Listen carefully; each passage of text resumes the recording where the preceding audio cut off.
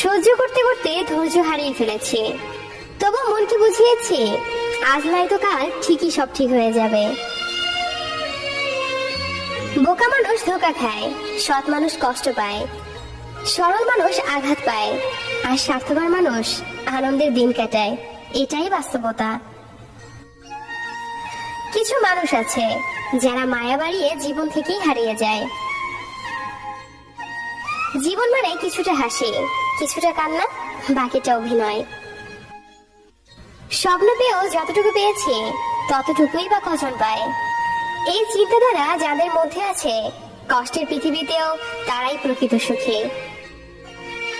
বিশ্বাসটা রক্ষা করতে শিখুন, কারণ একবার সেটা ভেঙে গেলে আর কখনো জোড়া লাগে না, আর তখন সত্য কথাগুলো মিথ্যা মনে হয়।